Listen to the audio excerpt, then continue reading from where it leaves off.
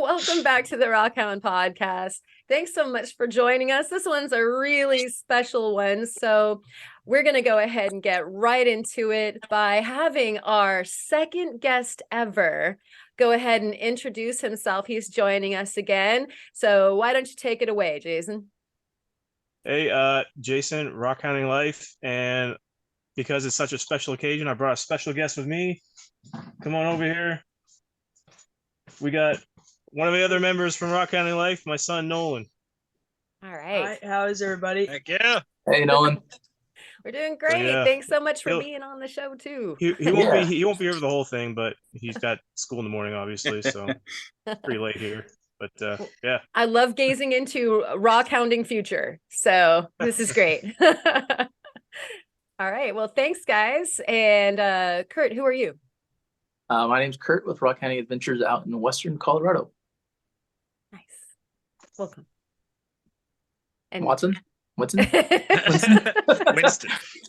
I am he who holds 10,000 names, which seems fitting today of all days. Man, I should have gotten on that. I feel like I let everyone down. We should have had a little slide playing of all of the fake names that I've had over the. That would have taken.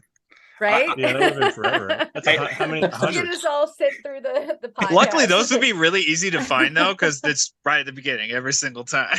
They are right at the beginning, but if I would have thought about that also, like I would have started doing that like a month ago. Yeah, that would take some sifting. Yeah. Well, thank you, he who holds 1,000 names and responds to none. And Kyle, how about you? I'm Kyle with World Rockhounds. I am here in the nice sunny part of the Oregon Valley, and I'm only 45 minutes away from where Karen's at. Karen? Right. I'm, of course, Karen of Ozone Fine Art Ventures out here on the sunny Oregon coast. Finally, it's so nice. And that all being said, we're going to go through some really quick shouts and get on with this thing. So let me go ahead and find those shouts. They're running around here. First, thanks so much to Kent Gibson for his menagerie of fossil marine memorabilia that he shared with us 2 weeks in a row. So that was part 2, and it was incredible. Thanks again. And y'all seem to really dig it. So currently Rockhounding said after seeing his fossil collection, it makes him appreciate the size of his mineral collection even more. Which, yeah, for so many reasons, that makes a lot of sense. He's not having to schlep 200-pound boulders off of the beach. Jason, by the way, you guys, he found an entire pinniped inside a rock. Basically, it's like in situ and everything. I mean, how cool would that be? And let's see, Lisa Largent 45 said it was so fossily good it's ridiculous, and thanked us all for a great show. So thank you, Lisa. Claude from Kalgoorlie echoed the words of wisdom. He said always walk in front of Karen. I guess that was for you, Kyle. Yeah. But by all means, Kyle gets to go first next time. Sandmaker thanked us all for a wonderful show and was checking in from Yona Mount Georgia, I guess. Or Yona Mountain in Georgia.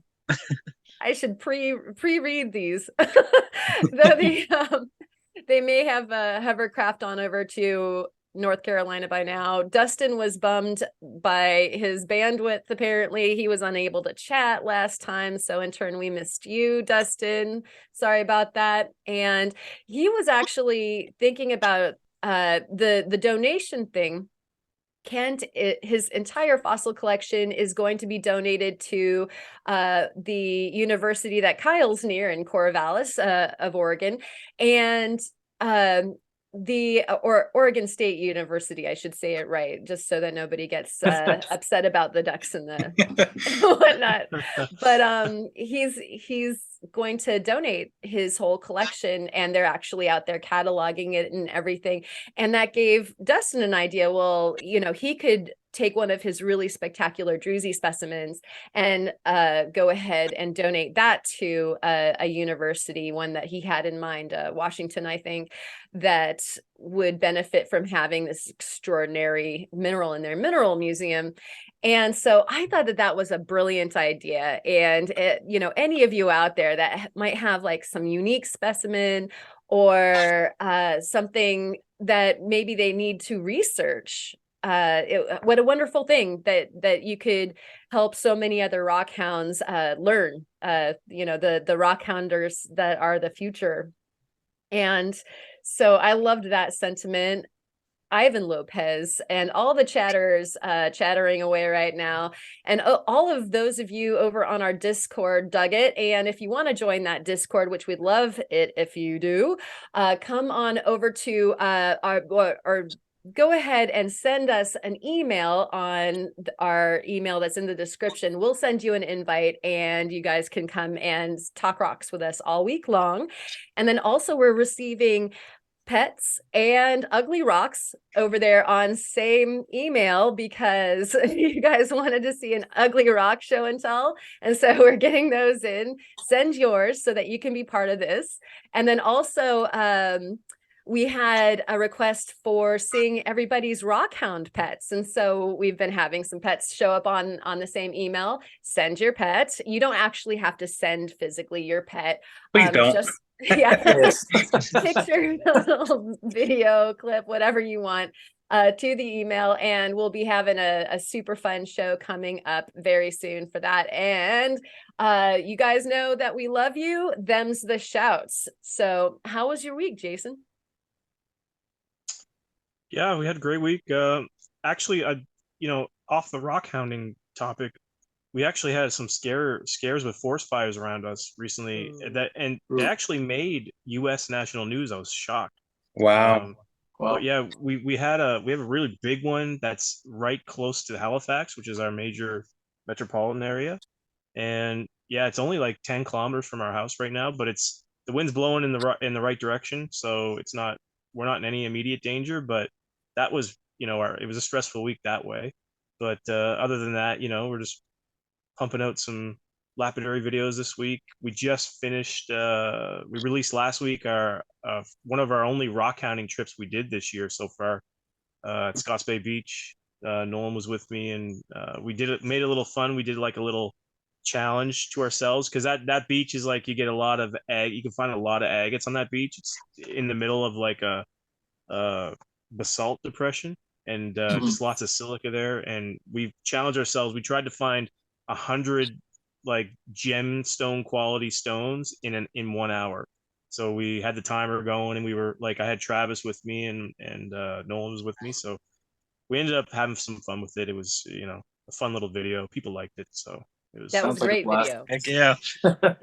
That's that'd be like actually kind of a fun wouldn't it be like a gentleman's contest? Like there's no winners, no losers, but like have like a contest like across all the channels, like go somewhere, hunt for 1 hour, and show your finds. Didn't you do that? That'd be cool. I did do that, and no one picked up on No one did. it. That was like a year ago. I did the 90-minute challenge, and literally no one else did it. So, well, Kyle just took the glove off for you. Yeah, exactly. So, all of you watching web channels, take up the 90-minute challenge and see how many things you can find. I was shocked at how much you can find when you're like laser focused with, because normally when you're rock hunting, you just see stuff here and there. But man, you put a challenge on it, and your eyes are just like laser focused. Does my backyard count? Because that's cheating. You Is have it like though? a world of rocks back there. I got a question for you. When you guys are out on the beach or out in the river, you see someone, do they recognize you? Do you guys have celebrity rock hounding status out in the beaches? I normally hide.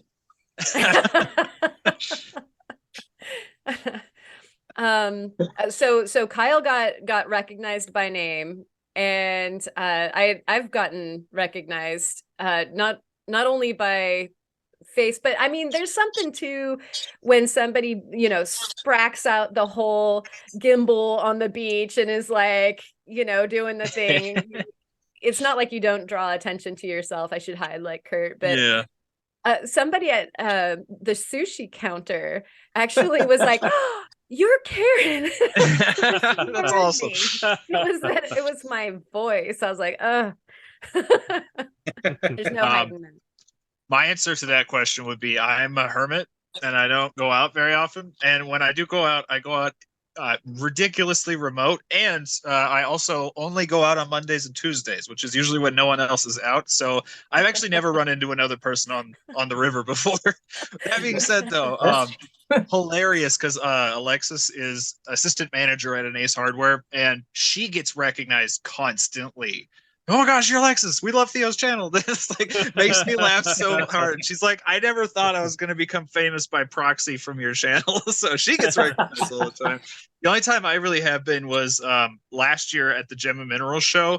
Every like 10 steps I took, there were people like, oh, I love your channel. It was really weird. It was kind of surreal. Which makes sense though, because it's like all of the Rockhounds and Billings go to that show. So that's like the target demographic that would be most likely to be aware of me. We had last summer we had an encounter on a beach, and it was weird. Doesn't normally happen to us, honestly, but that day for some reason everybody on the beach knew who we were, and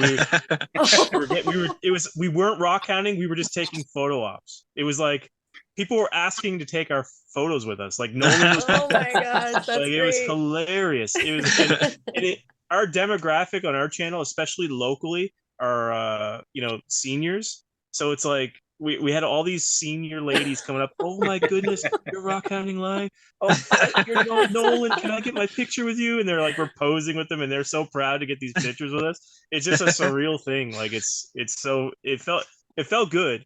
But it's like, then you sit back, you're like, oh my God, did that just happen? Like, yeah, exactly. YouTube stars. Yeah. That's funny. But the kids felt like they were younger then. That was like a year or two ago. Maybe was it last year or a year? It was last year. It was last year, yeah. So Travis was over the moon. Like he felt like a celebrity, right? Nice. Yeah, it's all in the rock hounding. That's the kind of rock star you want to be. That's the path to success. Yes. Stardom. Normally, like when I try going out, I try and pick a day that's in the middle of the week that I know I'm not going to see anyone else. And I try to choose a place where I know for a fact I'm not going to run into anyone else. There's been one time I was out looking for black tourmaline and quartz, and someone came up and asked if I was that guy with the YouTube channel. I was like, well, I do have a YouTube channel. I am a guy, so so yes, yes. Other than that, no. I've only had like just a few people recognize me at shows, but it was a mix between my YouTube channel and my Facebook groups that I have here for the Northwest. Right. But even so, because I don't really show my face a whole lot, like in my own groups. So like I can go places and people be wearing like my merchandise and I'll have the stickers of the Oregon Rockhounds, but I can almost go incognito. Just like do. Nice. Incognito. That was a good question. Sorry, we got off topic off how my week went. I just for some reason that came to my mind in that second. I thought I had to ask it now before I forgot. It was everybody got to weigh in on how your week was. Other than that, the only other thing going on for us this week, we just got air conditioning in our house, so we are set. Like we had really brutal summers the last couple summers for humidity, and I decided, you know what, no more oil for us. We're going e-pump, so we got that installed this week. So that's cool. That was our week. My exams. Congrats, you guys are gonna be chilling. Exams as well. You got exams, right? Yeah. So he's done that, so he's happy. Awesome. Right on. So much to celebrate about. So is that pretty much your week, guys? That's our week. Awesome. Thank you, Jason. And with that, he needs to go to bed. Yeah, Nolan. Thank you for having me. I want to thank you guys on 100 podcasts. That's awesome. Yeah. Woo! All right. All right. And Kurt, how was your week? My week has been okay, I guess. We went out to the Book Cliffs in Western Colorado, where you can find barite and calcite crystals. And I don't want to go back because like it's not the heat that like is keeping me away, but the stickers and burrs are covered. Like we went there like a month or two ago and it was just dirt, and now it's just like knee-high weeds and stickers. Like I have probably 200 stickers in my hiking boots. I gotta pick out. And You said but stickers, and the first thing I thought of was like actual like. That's where my brain went to. Like, I mean, I want to go back, Like but man, there's merch. just stickers everywhere. yeah, Covered in vinyls. But, Yeah. There's just decals as far as the eye can see. yeah, just hills and hills of it. So we found a couple of cool calcite crystals and a couple fractured barite clear crystals that I'll cab later. And I've been we went from the previous trip we went out, we collected a bunch of clear calcite pieces, and I've been cabbing them. And they have like the thinner they get and the clearer they are, the more rainbow like inclusions you see whenever you hold it to light, which is really beautiful. And I've been working on wrapping those in copper wire. And other than that, we went out to a canyon that was flooded from where I find the stromatolites, and I found a really large, probably like a good watermelon-sized piece of a travertine stromatolite, and I dropped it when it was flooding, when we got caught in the like flooding river area. And I was like, okay, I'm gonna come back when all this flood water is gone and pick that sucker up. That location doesn't exist anymore. It's changed so much. So that's where we just got back today, and I was just collecting a lot of little pieces of jasper and agate, so that way I could use it kind of at like a like tumbling media, but for but a harder stone to help tumble. Like if I'm just wanting to tumble like a large agate by itself, using ceramic media isn't really going to do much for the tumbling process. So little agates and jaspers help a lot with that. Oh yeah. Nice. Did you come back stromatolite less then? I did, because I was not wanting stromatolites. There's so many there. Oh, right on. You would have came back stromata heavy. Yeah. Nice. I'll go behind the curtain now. Where's my One more, jar? Kyle. That was bad. I'm sorry. That one was pretty bad. You have a You get quota one to more. fill, Kyle. Yeah, It's you got okay. two. You got one more to go. Well, Kurt, it's so good to have you back. Thank you so much Oh, yeah. We've for missed you, making it. Kurt. Yes. I miss y'all. Yeah. You should totally check and see if that calcite is optical calcite.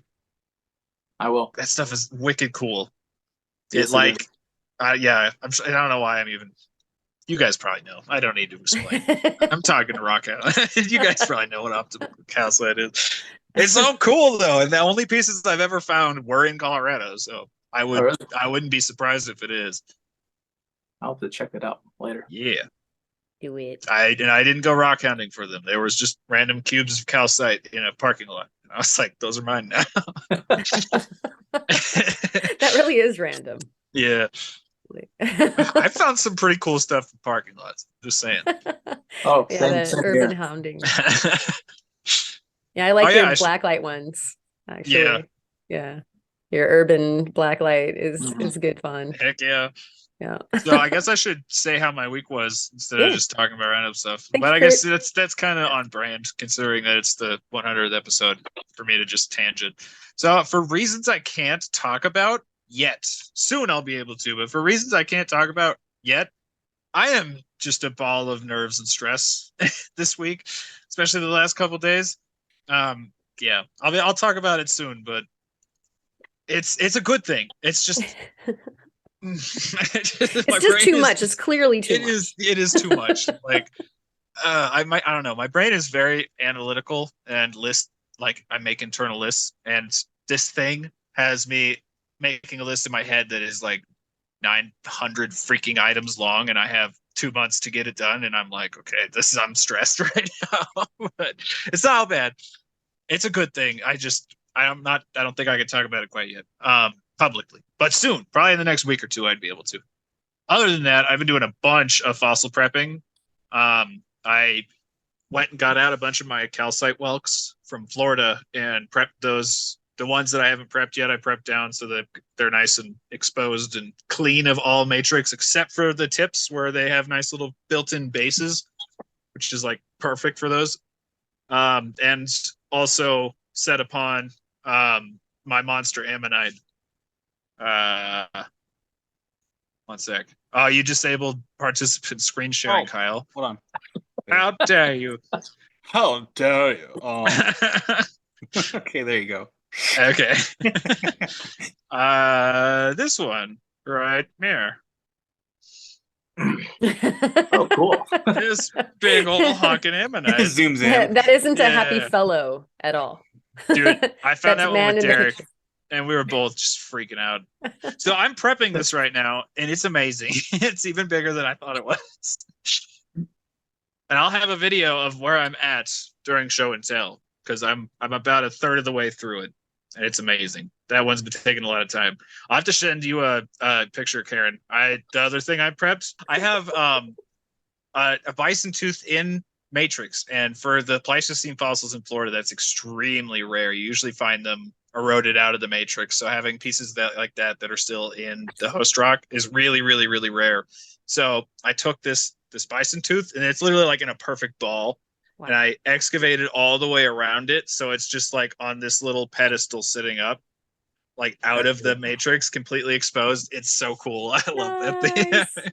Oh, I can't wait to see That this. sounds amazing. Yeah, I'll have to send pictures. Yes, I am in please. it right now, so I can't tonight, but just watch my video in 2 weeks and you'll see them there. Oh gosh, man, we off the rails tonight. Hello, Dante. Oh, it's the pet moment. Yeah. Oh, This is where she puts her own face. I have no pressure on her right now. She just gets as close to me as she can. All right. Anyway, though, that was my week. Took a long time to get there, but there's my week. Awesome. Thank you, Winston. Yes. With 1,000 hairs on you now. Yeah. How about you, Kyle? My week been fairly busy. Spare you all the gory details, but I thought for sure I was going to lose my small toenail because sandal accident. Didn't do anything crazy, but almost lost it. Dear. My back's been out, so I haven't been able to like moving around's been tough. Like even just like sitting, laying down, like walking, it's been not the greatest. And then today my check engine light comes on, and I'm like, can today just like stop? But the bright side is, you guys all get a little teaser. I don't know if you can see it. There is an 8-inch. All you need to flat lap right there, and then there is a 10-inch oh, nice. high-tech Got it. trim saw right there. So I just need to. Christmas time. Yeah, I didn't get any of the discount. I just they had a sale going on. That's about as much of a discount that I got, but I paid for it full price. So like any issues I have with it, well, it's gonna be a super honest review. But for the most part, like everything seems pretty straightforward. There is a couple of small design things I wish they would change a little bit, but for the most part, for like starter machines, they seem pretty straightforward, easy to assemble out of the box.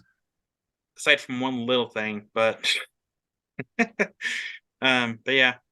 But aside from that, just staying busy, packing orders. I haven't done like a video on my channel, like a normal video, in like 2 weeks at this point. Wow. Been You're too- like me. Yeah. What happened? I've been too busy, and like it didn't help that the memory of my phone was about out. And I'm like, okay, I need to go through and purge old stuff out. But I have like at least a few videos worth of material on my phone. It's just haven't had time to sit down, edit it all together, and then get it done. On the beach trip that I did after I met up with you and I went to the north side of Newport, I have one of the rocks I'm trying to get polished in the machine right now, and I just need to get done, and I can put that onto that video, and that video will be ready. But yeah, And Man, yeah. After tonight, you wouldn't be able to guess we've done 100 episodes of this. This video is going to take Kyle forever to edit. it's a good thing I work for myself now, so Yeah. You're up until 3 a.m. trying to figure this thing out. I don't think we've ever had this many fumbles in an episode before. This is actually when we went backwards. When we went backwards, I it wasn't was there that easily night. this Sorry, painful, Luna. if not much more painful, but worth it. No, yeah. In the beginning part of the days, we'll leave this part in, but in the beginning part of the days, there was a lot of editing that took place. I mean, it would take me a few hours just to do the editing, because I distinctly remember this was when River was like a baby, so I'd be staying up to like 12:30, 1 o'clock in the morning, editing and getting everything ready for the next day. And I think the last like 25, 30 episodes have, for the most part, been fairly smooth-ish. Still have to input like a lot of videos and a lot of pictures, but not as many having to track down certain clippets to clip out or to mute because of an accidental like F word or something like that. But we're rockhounds, not sailors. Sometimes. At least on the podcast. yeah. Well, that was everyone's little background behind the scenes moment. So, Karen, how was yours? Thank you, Kyle. My week is traditionally busy, so that's pretty much my speed all these weeks. We did a live alternate of the podcast. We've been doing a live stream in the same slot so that everybody has something to chat to. It doesn't matter what I do. Could probably just point the camera out the window and everybody would be super happy with just being able to chat. And thank you guys all for hanging out every Friday night. So we put together some of Lisa's opals to kind of judge on what we would do as far as taking them from rough to polished gem. And I brought along a show and tell tonight to show what we kind of got done during that little live stream. We were mocking up some of the potential jewelry items, and so I finished one for folks to see. And then otherwise, it's been a huge amount of jewelry production. I've been trying to get a new body of work put together so that I can launch the collection. And it feels like quicksand, just when I think I'm getting a handle on it and getting everything set to go, like I get another special order in or something happens where, I need to push it again. So I've been saying that thing is coming out very soon for like all year. So the collection is coming soon. And that's pretty much my week, but also it really does sort of embody how time works in my world altogether. So that's kind of where I'm at. And I think that pretty much takes care of all of our weeks. Thanks, guys. Woohoo. And we were so happy when some of the channels decided to put together a celebratory happy 100th episode for us. And so we're going to go ahead and run those clips. Let's watch those clips now. Hi, I'm Liz. And I'm Charlie. And this is Opal. Oh yeah, that's Opal. We're the Adventure Closet. And today we're congratulating the Rockhound Podcast on their 100th episode. It's amazing. It is. And what a cool place it's been. We have been connected to so many new rockhounds that we didn't even know existed. Plus ones we already knew, and like you described earlier, that it's like a deep dive into the rockhounds that we already know and love and watch. It's just been so cool. Yeah. So we appreciate your podcast, and we can't wait for 100 more episodes. Yeah. There was one episode I didn't like though. Yeah, was it about a couple that lives in a minivan? Yeah, that one was just weird. Yeah, it was weird. Yeah. They don't even show rocks half their videos. Yeah. Well, they can't all be winners. Yeah. All right. Bye now. Bye now. Hello there, podcast crew. This is Patrick Donahue. wishing you congratulations on 100 episodes so far. I was on episode 49 way back in the day, and it's kind of hard to recall that long ago, but I'm pretty sure y'all were very easy to talk to and kind of made me feel at ease in what could otherwise be an awkward situation talking to such big name celebrities as yourselves. That was one of the things that I appreciated, was that I didn't have very many followers at the time, but for you, it's not a popularity contest. It's all about what a guest can bring to the table in terms of their experience and their interest in the rock hounding and related hobby activities. And as a result, we've seen lots of varied viewpoints and different things that people have brought to the table, from pure rock hounding to lapidary, faceting, jewelry, planetary science, and exploring the universe. So I look forward to being surprised by future guests. And of course, I look forward to hanging out with everybody in the premieres, where maybe we don't always stay on topic, but I appreciate that we have a rich and diverse cast of characters that we all get to hang out with every week. Cheers to you, and congratulations again.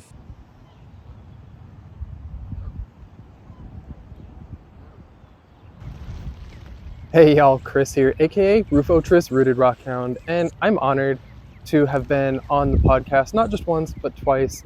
It really helped me feel like I had actually made it as a YouTube channel. I was on there pretty early, and I actually look forward to being on again, hopefully soon, one of these days, to show off all the awesome things that have changed since then. I've got to go on a number of adventures since I was last on the podcast, and I've seen that they've had just some amazing people that I've followed for a long time, like Dan Hurd, that's just amazing. And they've had just so many guests on the channel that have brought the community closer, and like all these people who wouldn't have known about other channels otherwise have all been brought together. And that's probably my favorite thing about this whole YouTube community, is I quickly fell off of the whole TikTok side of things. It was fleeting and people were coming and going, but the YouTube community stuck strongly together and like helps each other. They send rocks to each other. I've done trades with so many people, and I have a ton in the works on the way right now. And honestly, I couldn't be more grateful for just the awesome people that we have that love rocks and share our love of rocks. So thank you so much for having me on. I look forward to being on again in the future. And to all of you out there, rock on.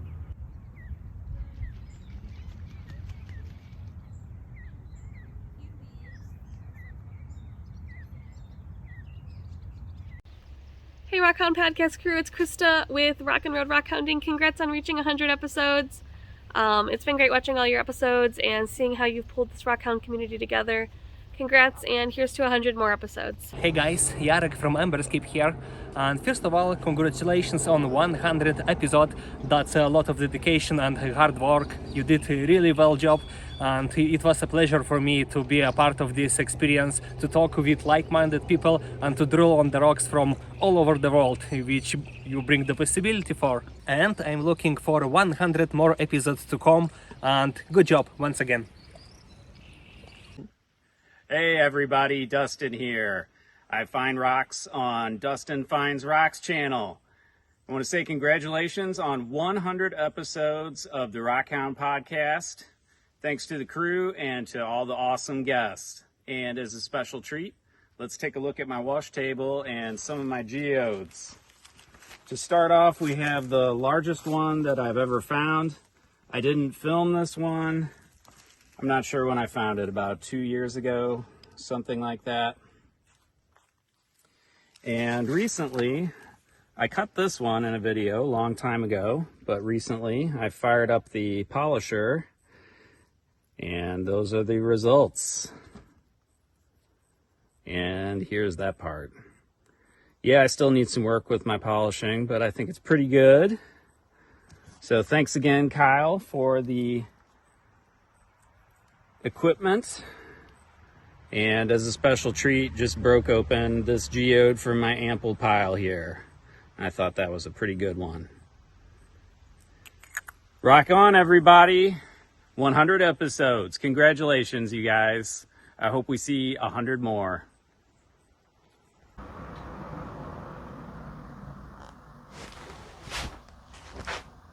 Episode 100 of the Rockhound Podcast. That's awesome, everybody. Congratulations. That takes a lot of work. You know, I know what it takes to produce 100 of anything, and that's a lot. So go ahead and, you pat yourself on the back there. I hope you guys make it to episode 200, 300, 400, many more to come. And I would like to see. I'd like to see an in-person podcast at some point. I think that'd be a lot of fun. Get everybody to come together like Voltron assembling. That would be very cool to see. I do think the podcast and things like the podcast are really important. You know, it's a good community building thing that is really important in the rock and mineral world, that we can all kind of come together and share our thoughts on stuff. And it's been very cool to see some of the interviews that you guys have done over the years. So congratulations. I do have a question for you about this thing, right? This. Okay, so I'm in my lapidary workshop. All of you guys have lapidary workshops as well. What is the next tool that you plan on getting? Or the one that you're hoping to get? What's the thing that's missing for you?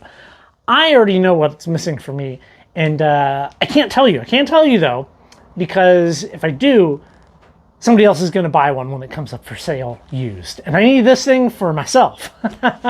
But you guys, let me know what you plan on adding to your shops.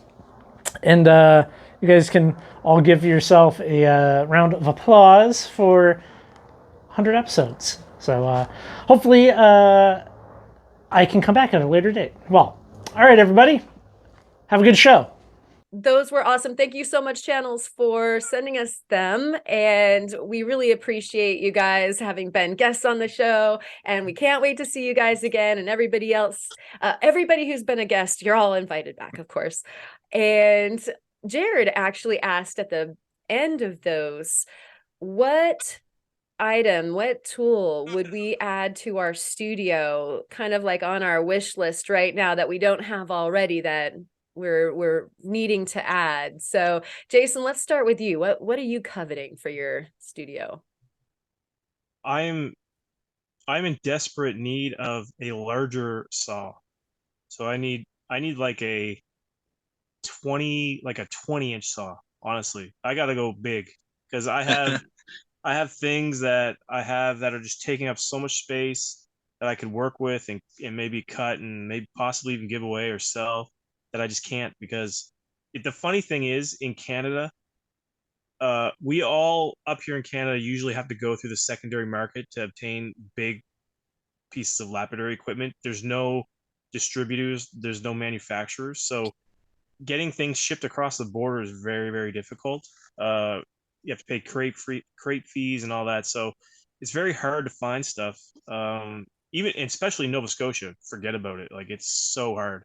So yeah, I'm like Theo. I don't want to say anything yet. I got something in the works that, you know, hopefully will transpire into something solving this problem. But anyway, hopefully gonna announce it in the next month or so. But yeah, that's what I need is a saw. I mean, I got tons of stuff here. Like, I got these big old limb casts I need to cut. Wow.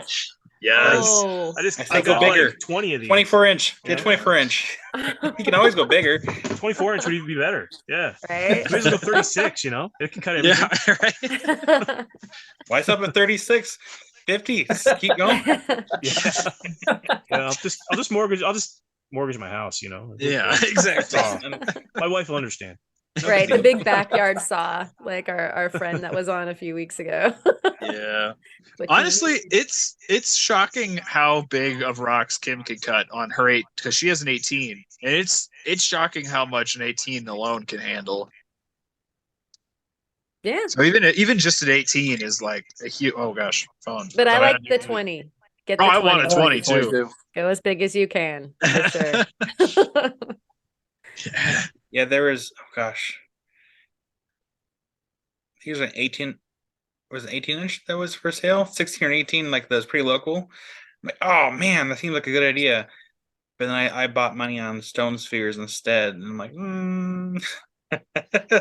I'll save that money for another. And it's I think it was a Highland Park, like 16-inch saw. It was 16. Because like this description said, like it can fit up to a 14-inch blade too, or fit down to a 14-inch blade. But I'm like, no. That's how mine is. I think if I need something cut, I'll just ask somebody else to borrow their big saw, so I don't have to lug a giant thing that's almost as big as my garage. I used to have access to a bigger saw. But it was at my old job, and as I was telling Karen earlier, I just switched jobs. So, and that saw was a masonry saw, so it was like a top down, like it was like a core cutting saw. So it wasn't your traditional like automatic feed. You put it in, it's good to go, and it was only a 14-inch. So I think it only cut like maybe a 5 3/4, 6-inch rock, maybe at the most or something. So it wouldn't be able to do a lot of the stuff I had. So that was the biggest one that I had access to around here. So I need something, girthy. Yeah. We have an 18-inch blade, but we've never put it on. I mean, why go smaller? Like until we dull that 20, we're rolling with the 20.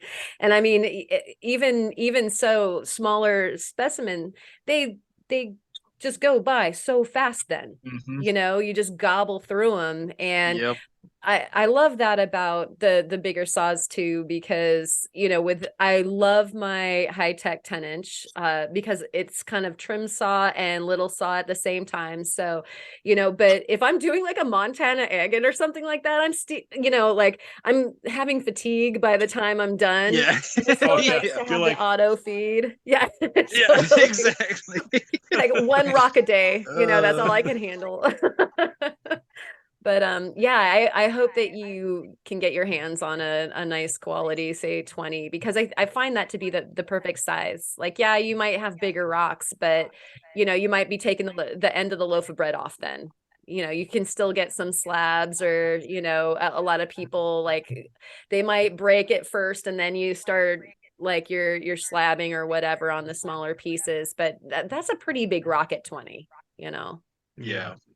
If I agree completely. If I had a bigger blade, I'd never take it off, honestly, because mine it has a 14 on it, but I can go down to a 12 or up to 16.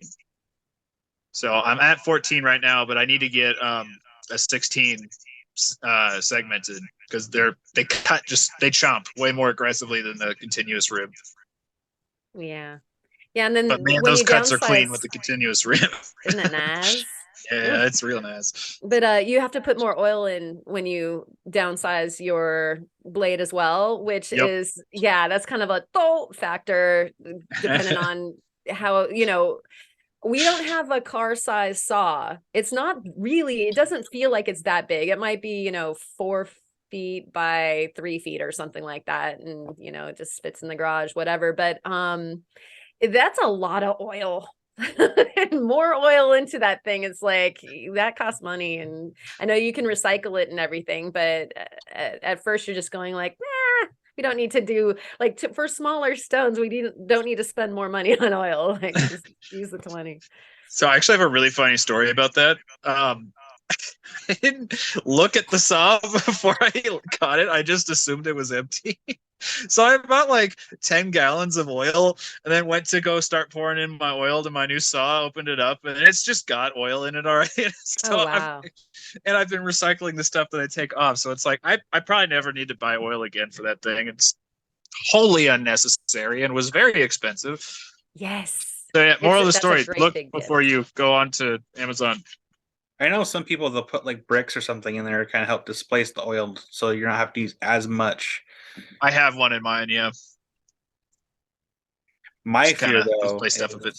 Like how much clearance there is between the rocks you put in there and the blade, because that would really suck if like there's any kind of vibration and the rocks like moving towards the blade. Like, and that's what Steve. We don't have rocks in ours, I don't think, and I think that was Steve's thinking. Was that so mine is a big old cinder block, and like, so if this is the cabinet, the blade's right here, and the brick the blade's like further back, this being the front right here. I know I'm doing this upside down, so this is weird, but the cinder block is way up here, so it would have to drift an unreasonable amount to ever get close to that blade, and it's like a 15-pound cinder block, so it's not going anywhere. It also cuts the amount of oil I need in half. Yeah, that's a thing. Nice. Do we have a question?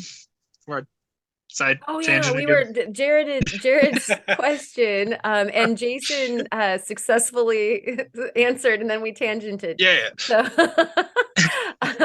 that would be Kurt. Kurt, what tool are you needing for your studio? I agree with Jason. I need a bigger saw. Like I have a 7-inch and a 6-inch, and they're not like I have some large rocks that I need. I've been waiting to cut for years. I just need something bigger, and hopefully in the future I will be able to get something larger. I'm working on getting a 10-inch right now from High Tech, but just gotta wait till I save up. So Nice. Yeah. So it looks like we need to cut things. yes, Everybody has things I to have so many cut. rocks in line. Awesome. Thank you, Kurt. How about you, Winston? Actually, there's only one thing. I have my air scribe, I have a slab saw, I have a trim saw, I have a flat lap, I have a fasting machine, I have my Dremel. There is one thing I'm missing, and it's sitting right behind Jason. Oh, Cab King. Cab King. I want a cabber so bad. Like, so bad. Nice. Yeah. That's it. That's the once I get that, I have a full set. Are you sure that's it? I use mine like every single day. Every day. Yeah, exactly. It seems so nice to have compared to a flat lap. I've gotten to use one once, and yeah, after that, it's hard going back to my flat lap. Yeah, it's like, I've seen the horizon. I'm not going back. It sent me back to the trenches. I want one so bad. So yeah, the next big tool that I buy is that, because even the other tool that I really, really, really wanted, I got, which is a lathe. So it's like, all I'm missing is that cabber. All right. I am a happy camper. You're a happy camper. And like a 32-inch saw would be nice, but I have a nice saw, so one victory at a time.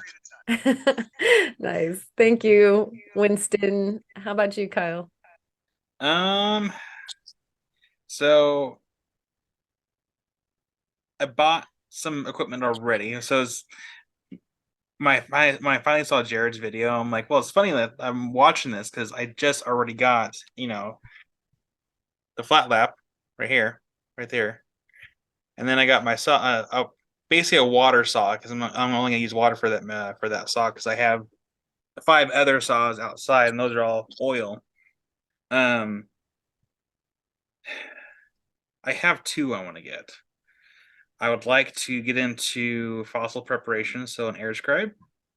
Mm-hmm. Sorry, wait for it. It might not show on the Zoom. Sorry, it's it probably won't show on the Zoom as far as recording, but there's a thumbs up that showed up right here because I did this. But yeah, I want to get into fossil preparation, even if it's not like super and like detailed stuff. It'd be fun to learn how to do it and then have like resource to do it. But I also bought some spheres recently, and I forgot about that. That's something I want to. I told you. I think I want to get a sphere machine purely for, and this is going to sound a little ridiculous. I don't want to go through the whole process of making like spheres, like start to finish. Not yet, anyways. Maybe down the road. Maybe want to get it. So if I'm buying like spheres, or if I get spheres and they have scratches, I want to be able to refinish them, so like it doesn't show all the scratches. Because I got that is the most Kyle thing I've ever heard. I don't want to make spheres. I want to fix spheres. So Kyle. Here's the thing. I think there is a market for people that have spheres that want them basically like reshine. Yeah, repolish. Oh, absolutely. I bought a bunch of obsidian spheres, and we all know obsidian sucks. It scratches super easily. A lot of the spheres I got, I think about half the box, I didn't realize until today, they all have like scratches, or they didn't quite get through the stages properly. So I want to learn that process of refinishing spheres. But also there is a Chinese Petersite sphere that needs to be reworked. And I'm like, ooh, I kind of want to keep that one. Yeah, I'll take any excuse to work with Petersite. I think I was just talking about that earlier, actually. Yeah. But I love that stuff. Yeah, so I think a sphere machine. I want to look at prices and see kind of what's out there. But I know it sounds ridiculous just to get it for like refinishing. I mean, it would be cool to learn how to do the sphere process from start to beginning, but it requires a lot of like very precise cuts if you're doing the cutting, because there's different methods for cutting spheres or for making spheres, and then not everyone may know that, but I've seen a homemade lathe basically that turns super. I don't know if it does it super slow or super. I'm pretty sure it's super slow, but basically they lathe the sphere into the shape, and then from there it goes through the grinding process to get the deep cuts out of it. The other way is using core drills, and you just use the core drill to drill it, and then you keep getting until you get like a weird pillowy shape, basically. Yeah, I've seen those before. And then the other one's just doing a bunch of cuts, like very precise cutting. And I'm like, I think that would probably take too much time. I'd rather learn how to do the core drill. That seems like the best way to do it, because you just like core and then core sideways, and then you just keep core drilling it until you have a rough ball shape. Yep.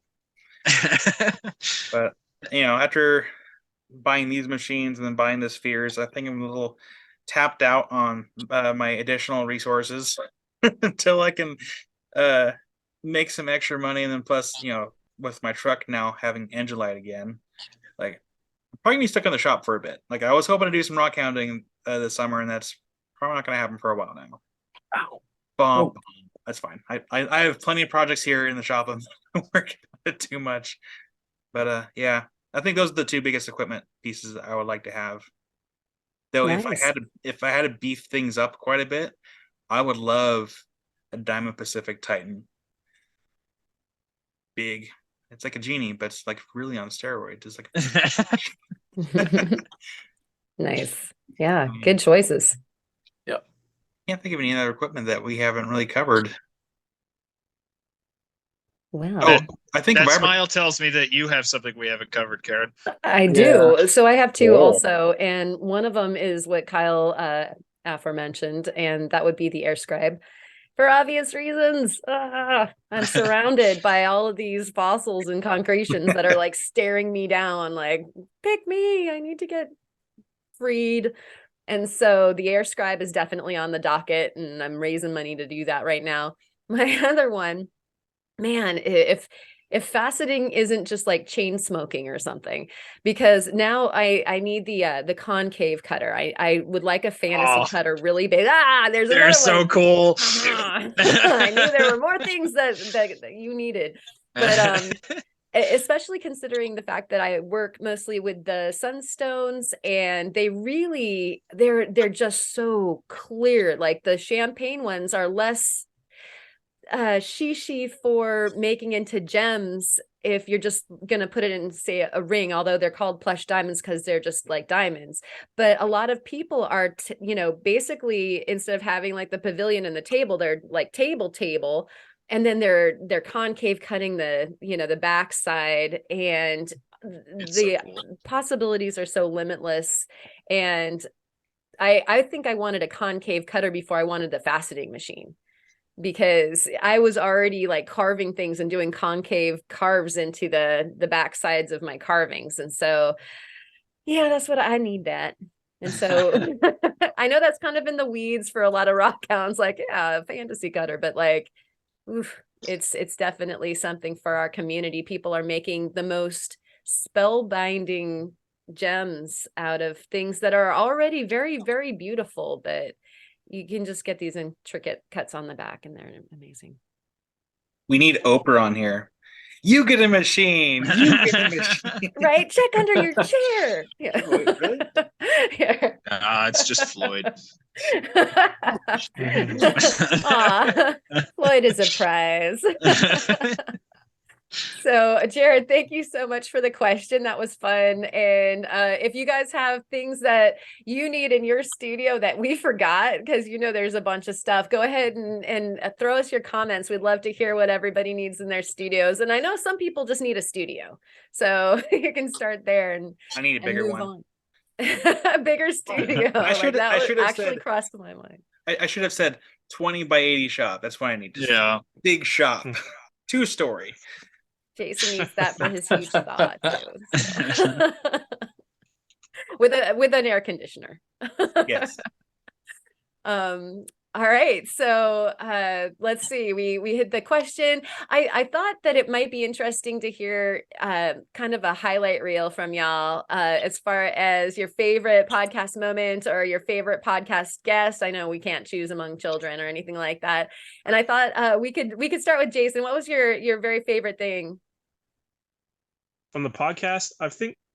I remember when you had the NASA girl on. That was like probably my favorite episode. It was the most interesting conversation. Like I was like blown away by the stuff she was saying. It was so cool. Like I remember I didn't want the podcast to end. It was like, you got to get her back on soon. We need to get her back on. Yeah, we do. Yeah. We love you, Caitlin. Yes.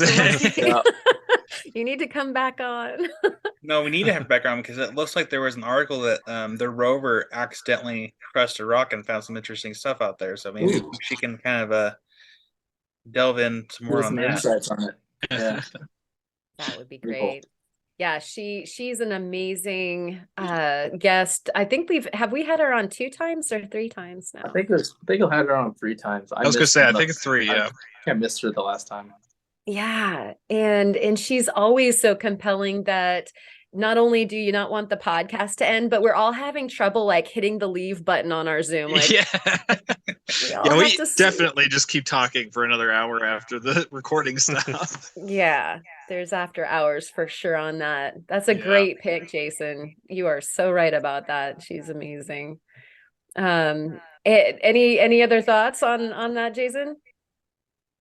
No, I mean, like, look, the podcast, I don't watch every episode, but I gotta say, when I tune in, it's always interesting. And I love the conversations that you guys have with like Rookie Rockhounding. They're like, those are always really great conversations. They always seem to take a really intimate turn, and it keeps you like engaged. And like, I'll take this opportunity to say congrats on the 100, because it's no small feat to get 100 videos. I'll tell you, it's to keep at it, even on the personal channels, it's a tough thing. And I just commend you guys for keeping this thing going. It's an awesome thing for the community, and I love being a part of it when it's happening. And like, hopefully someone picks my podcast moment as a favorite one. Somebody out there might, but like like those are there's memorable ones for me, but those ones stand out. Like especially Rookie's episodes. I really like watching Rookie on. He's such a genuine dude, and he was our number 3, I think, and currently Rockhounding was our number 1, I believe. Kyle, am I right? Or did we have any other people before? It was me. I think you were the one after. I think it went currently Rockhounding. I was before. I remember I was before Rookie because I made a big deal about it. Jason, I think it was Jared, Jason, me, if I'm remembering correctly. I think yeah. Wait, Jared, Jason, maybe I think you and then Rookie. Like I know that you guys are all... everybody right now. Yeah. Pull it up. Thank you, Kyle. So we don't glorified fact checker. I thought it was Jason and then Rookie and then Theo, because we were making comments that we were talking to Jason in the future, and then Rookie, it was later on in the future, and so forth. Yeah. I know that, like, we felt so lucky to have you guys on. Like, we were just getting started and we had just illustrious guests. So I don't think we were very illustrious. I would say I was anyway. Jared was our first guest in episode 3. Yep. Episode 4 was Theo, and that was the big challenge. I was gonna say, I thought I was like one of the very first ones. Like, that sounds right to me. Wow. Okay. Yeah. No, I was a guest. I wasn't a host at that Theo time. might have been before me, but I know for sure I was before Rookie. Yeah, I was gonna say I remembered Rookie being a little down the line, a little bit further. Like he was still one of the really early ones, but number 7 was Rookie. Okay, or that was on podcast number 7, and Rockhounding Life episode number 6. Okay. Yeah, so before Rookie. That sounds right. I feel like there was another channel that we had early on that we had to remake, kind of. CJ. Yeah, those guys went after. Okay. I think. They're on episode number 5, Agate Enchantment and Rock Wizardry. Yeah. And Yeah, then so- episode number 8 was Agate Dad. Number 9 was Lapidary Dave. And then the whole other shebang. Number 11 was Wild Kyle. 12 was Katie. Okay, that was during the Maker Challenge. So we had like a lot of different channels, like just like every week. Which means I think the first one I came in on as a host was the one with Lapidary Dave. Yeah. Because you guys invited me to join this wonderful thing we call a podcast, but I was in Florida, so I was like, well, it's gonna be 2 weeks, but then I can't. Yeah, and then that was those a good 2 weeks time. that I missed was Rookie and Agate Dad. I was like, oh man. Yeah. Well, happily we got you a rebate. yeah. Not with Taylor though. We need to bring Taylor. I know back we on. need to have him back. Yeah, we do. Was I the first repeat guest though, or was Jared? Ooh, Might have been Jared. There's a trivia question. I think for that you. was Jared. That's a it good was question. Jared. So Was it Jared? Yeah, he came back during I think that was around the time of the Makers Challenge. So he's number 14, but then he came back on number 18. Yeah. So I mean, I think that Jared is the most frequent. Yeah. Yeah, it's like 4 or 5 times now. Yeah. I thought it was more, but maybe not. Call it 7. It's fine. I don't even know how many times this is for me. Is this 3? Is this 3 for me? I think it's 3. Yeah, I think so. I feel like it's more than that. I was gonna say I think this is 4. It might be Might be 4. I 3. can't. There's so many. Because I remember it was like the 6th episode, and then it was like it wasn't that long after. Yeah, I was on again. I couldn't have went 80 episodes without coming on again. Did I? No, No. I don't think so. Yeah. You guys forgot about me. If that's you could never forget about Jason. Right on. Okay, so awesome memories. How about you, Kurt? I can't pick one. Like I've enjoyed all the people that we've had on, with all the cool conversations about things they find in their area, and I was really bummed that I missed the episode with Yurik, right? Yeah. From like that one seemed like a really cool episode. Yurik is awesome. We've been talking. He was one of the videos that got sent in, and he'll be back on. I was gonna say we need to have Yurik back on. Yeah. He's got awesome things going on in his life right now, and as soon as some of that dust settles, he's been finding some amazing fossils, in addition to, of course, the amber, and prepping them. And so he's got like a whole new facet of what's going on with his channel that we have to catch up on, and he's really enthusiastic about it. Yeah, I'd love to have him back. Yeah. Same. Awesome. What else, Kurt? I don't know. I wasn't expecting to be on tonight's podcast, but then I was like, it's the 100th, I got to. Yeah. And wasn't really super prepared, but I'm trying to think. I don't know. My favorite episodes are probably the ones with Caitlin, Jesse, Jason, and there's one other, Jared. Yeah. We were just talking about it. And that's quite a few, actually, considering all Yeah. their multiples. That Oh, I know. a good time. I know. Winston. So I don't think I have a favorite, but I do have like a string of favorite moments. Like, I don't know, just the talks with Caitlin are a huge standout, especially when we're like, tangenting about how Pluto's a planet and they made a mistake, and you've got a NASA scientist that's like, come on, show some love for Pluto. You're stealing my favorite moment, man. Oh, I'm sorry. And then, we've got our rookie therapy sessions, which are like some of my favorite Those are things. good. They're just so much fun. You've got Jason on, and we shouldn't be together in the same room, Karen, Jason, and I, because all three of us tangent. And I think the last time you were on, we got so off topic, and it was just so entertaining because So we were fun. talking about like everything. Like those are the moments I love. You've got like Lapidary Dave talking about his alien sightings. Yes. It's just like I love the tangents. Like you've got, I don't remember if it was actually on the episode or if it was after recording, but we had Wild Kyle on. We discovered. One second. Yeah, I'm waiting for it. 1 second. Filters. Oh, And we played with the filters for so long. Like seriously, all of us were just playing with these filters for a good hour after the show, just laughing so hard. It was amazing. Like to me, those are the moments that really, really stand out. It's like I feel like we've highlighted some really, really cool information, but man, when I look back across 100 episodes, I just can't stop thinking about how much fun this has been. Right. Yeah. That's so true. Oh, I thought I had to save the changes, but I guess I don't have to save it. Yeah, no, you don't. Oh man. What about you, Kyle? Well, I guess my glass will stay here for a second. Yeah. I can't pick a favorite. I mean, my favorite was Theo mentioned it, the Pluto thing. That entire moment just is like Pluto is a planet. That will forever be in my mind as probably the cherry on the top of everything.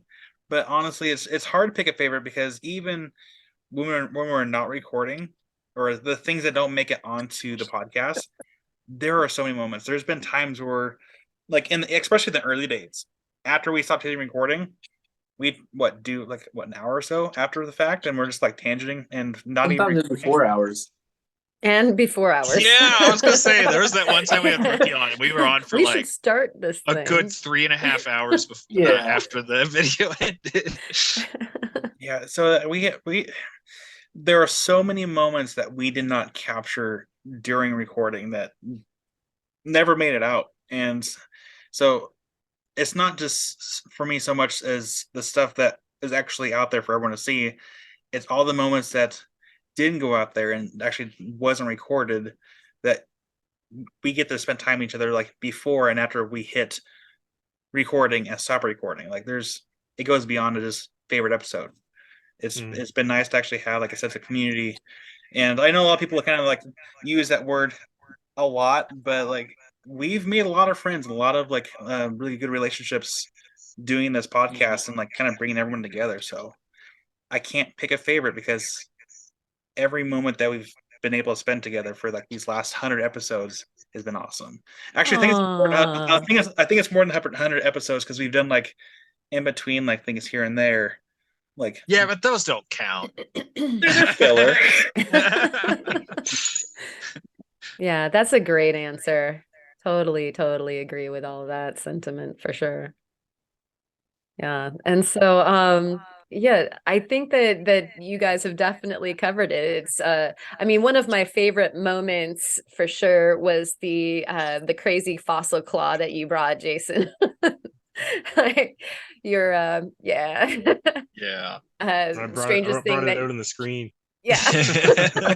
Loved that. And the strangest thing that you found, that's a good one too. Heck yeah. Such good stories. And I think that one of the highlights of the podcast for me is hearing people in a totally relaxed and candid way, because a lot of times you get them edited, they're being what they are for that video or for their channel, and they can edit out whatever their yammerings, tangents, quirks, whatever it is that you edit out of your own stuff. You're going like, nah, it's not happening. Yup. So we get a chance to get to know people. And I think that leads to that friendship thing that you were talking about, Kyle, where it does feel a little bit more like a community, because you do feel like you're getting the real person a bit more. And especially since we're a bit more long format, by the time we've tangented a couple times, we are choose somebody's actual person and not put on. And I think that that's been the most fun, is getting to know these people, like the intimacy of Jesse when he's come on, or, you know, just like the infectious joy that Morny Mam Lambo has. Like, he's just so stoked on his fossils, you know. It's a penguin. And it's just infectious. And Yarrick is that way too. Yeah. And these are all favorites, because you're just getting like a contact high off of their enthusiasm over what they're doing. And so it's been super fun. And that goes for most of our guests. It's just been such an amazing time. Well, all of our guests, you know, it's been such a learning experience for those that are knowledgeable. And then there's those that are just on fire, chatty, whatever. It's just been a super fun ride, for sure. That's my favorite. The whole thing. My favorite episode is all of it. Favorite episode, yes. Yes, the answer is yes. Are you gonna make a supercut now, Kyle? Nope. That would be like hundreds of hours. Right. I mean, yeah, we monetize, like, if I was a millionaire and didn't have to like worry about doing like my own stuff, like after sales and wrap things up, sure, yeah, I'd make a montage and go through like every 99 episodes to make. Oh, I don't mean like a clip. I mean a supercut, as in like every episode in one video. Oh, that would take so long. I mean, the funny thing there is it would be really fast to edit. It would take days to export. Because really, you're just dragging and dropping. But oh my gosh, I can't. My computer would be smoking by the time it was done with that. You wouldn't have a computer left. You see this? Yeah, it's and reduced to atoms. A puddle. Oh man. So Jason, what sorts of things are hot in your studio right now? What have you been up to that you want to chit chat about? Well, I mean, we got the Cab King, and it's, that's been a game changer for me, really. Like, since I've gotten that, it's just, I want to be like making things all the time. And I make these, there was a video a while back I did where I longitudinally sliced a sagonite agate because it was just a thin seam, and I just made a pendant out of it, and people loved it. And that was the first time I did. It was one of the first videos I did with the Cab King. And I ended up making I just put it on a keychain for my daughter wanted it, so she wanted to put it on her keychain. And ever since then, I was just, everything I see laying around, like I've had boxes full of stuff. I'm like, man, that would be great in a pendant. Let me, I'm going crazy. I got like 30 or 40 of them made here, and it's like, it just can't stop doing it. I just love doing it. And it's not to make videos. It's like I'm doing like 75% of them not on videos. Like, you know what I mean? Like, I'm just, because I'm having fun doing it. Yeah. And it's not about the video making, it's about the joy that, and I found like the machine itself brought me back, kind of like gave me like a kid feeling, like awesome. I got this new toy and I'm playing with it, and I when you got your Nintendo when you were small, Well, I don't know if you guys were as old as I am, but back when I was a teenager, we got the first ever Nintendos, and I was like, I never left my room, right? And that's kind of what I feel like with this. It's like, it's just like I'm a kid in a candy store with it. But that's cool. what I've been doing. And honestly, to the other side and the detriment side, it's taken away from the time. I like doing that so much. We're kind of focusing away from rock hounding videos more. So this summer we're going to try to correct that. Like, I know the original point of our channel was like, we went out, we rock hounded as a family, and that's kind of what our channel started out being, and it kind of evolved into this lapidary thing. But this summer I'm hoping to get more of a balance, and it's nice to have the tools and the machines, but really the start of the channel and the heart of the channel was going out and enjoying the hobby, right? And spending time with family and doing things you love together. So that's kind of what this summer hopefully is going to be about for us. Took some vacation, so hopefully we'll be out in the beaches and rock hounding. So nice. Yeah. Or else the autumn years of your channel will be lapidary life, right? Pretty much. I mean, like, my goal, honestly, I envision myself being like a 65-year-old retired guy, just making YouTube videos, cabbing videos. Like I'll just do that for the rest Doesn't of my that life. sound dreamy? Yeah. What about the cabbing? Is it that, like, other than, of course, having a big toy that is a huge engine, rotary machine, like, other than the obvious things, is there something in particular that you enjoy about making the cabs or polishing?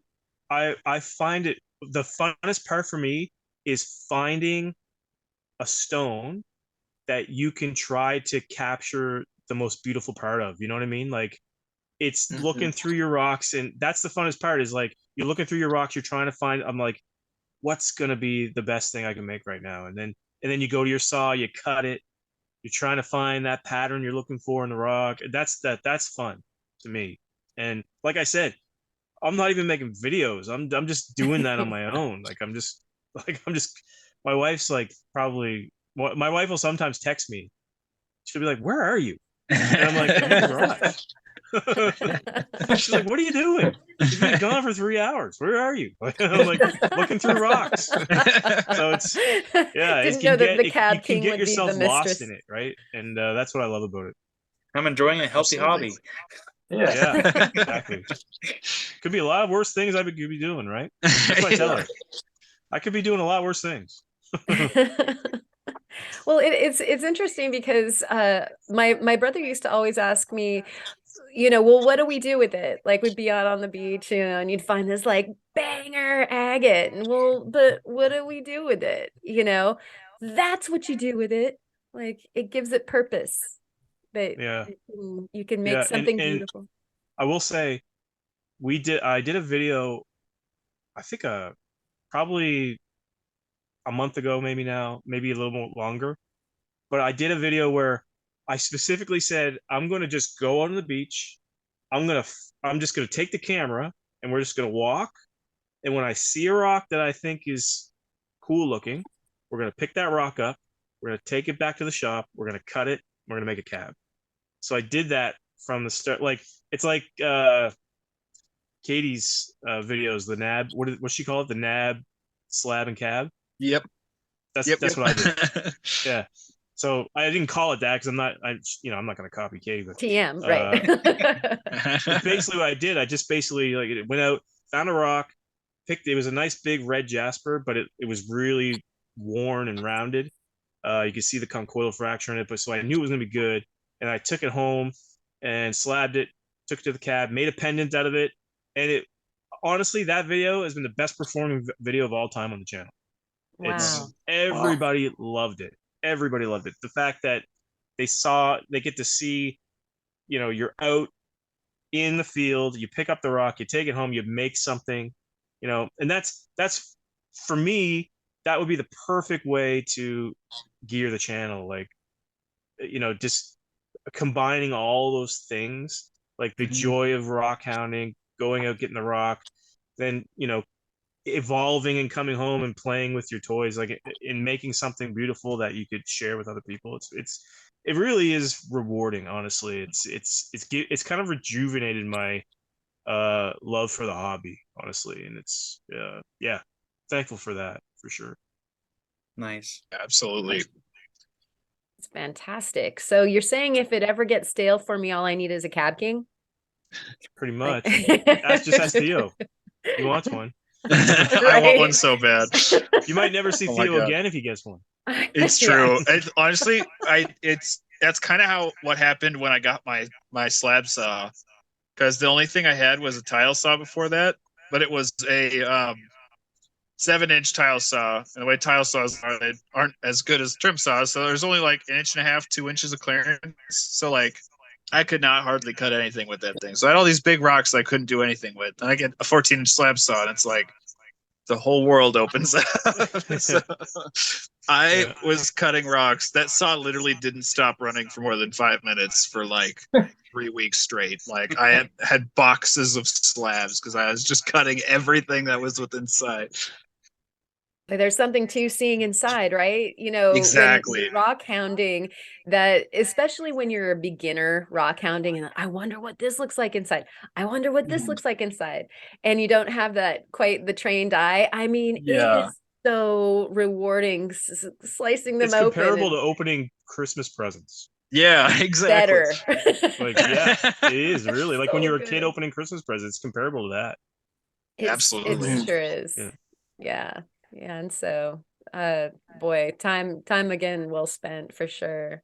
Do you have anything in the future, any big milestones coming up for your channel or anything like that? The channel's honestly doing very well. Can't be, we have a great fan base, and everybody's always polite and engaging in our comments, and really proud of what we've accomplished with the channel in such a short amount of time. And I think we just passed 15K subscribers, so I mean, Nice. it's these videos that these lapidary videos we put out lately have been really popular, so people are really resonating. It's resonating with a lot of people. So I think one of our videos, I think we tickled the Google algorithm on one of the videos, because it was getting it just went nuts. It went crazy, and I was looking at it. I was like, why is this one doing anything different than any other? And it was the one where I went out and filmed the rock and took it back and made the cab. It was that video. And I looked at the analytics and everything, and it just said, people are just, it's Google search. People are searching a term and your video's coming up, and it was brought new people in. And the new people that have come in have been like, oh my goodness, your channel's great. It's just been a good, they love the family vibe of the channel, the boys coming out and rock and stuff. So, I mean, I can't complain, honestly. It's been really rewarding, and, people have been awesome with their feedback, and yeah, I mean, you made new awesome friends like you guys, and it's been a really rewarding thing. If anybody's on the fence of whether or not they want to actually start doing this and do a YouTube channel, and I highly recommend it. I would absolutely recommend it. It's really therapeutic. Definitely, for sure. No, that Absolutely. Reach out to like almost anyone else that has a channel. We're all here to help. So if you have questions, like ask any one of us. Yeah. How do you start? If you have a smartphone, you're already halfway there. Exactly. I tell you, I use my smartphone to film still. Yeah. They have fantastic cameras on them. I mean, I got a little fancier. I have a little stick I put it on now, but I mean, it's still not my smartphone, right? Like, my daughter buys me this stuff, right? Like she's, I don't want to embarrass her if she watches it. She won't watch this. But anyway, she does, like, she's into Snapchat and all that stuff. So she's like, Dad, if you're doing social media, you need stuff. And I'm like, okay, well. So she bought me my first light ring. So way back, like, she's the one that gave it. She gave it to me for Father's Day, I think, or something. Aww. And I was like, do I really need this? Like, I was so naive then, right?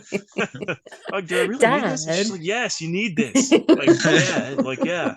Like, and then she bought me like the little thing, like, it looks like a gun. You take it out with you. It makes it stable. Like, what do they call them? Gimbals. Gimbal, yeah. Yeah. So she bought me one of those. Yeah, I mean, a gun for your camera. I'm okay with tech, but I'm the type of person that just doesn't care. Like, I'll take my phone and film. I don't care. I don't need a fancy camera. I know it would improve the quality. I know, but I mean, like, I'm just here to make videos. I'm not trying to be the best.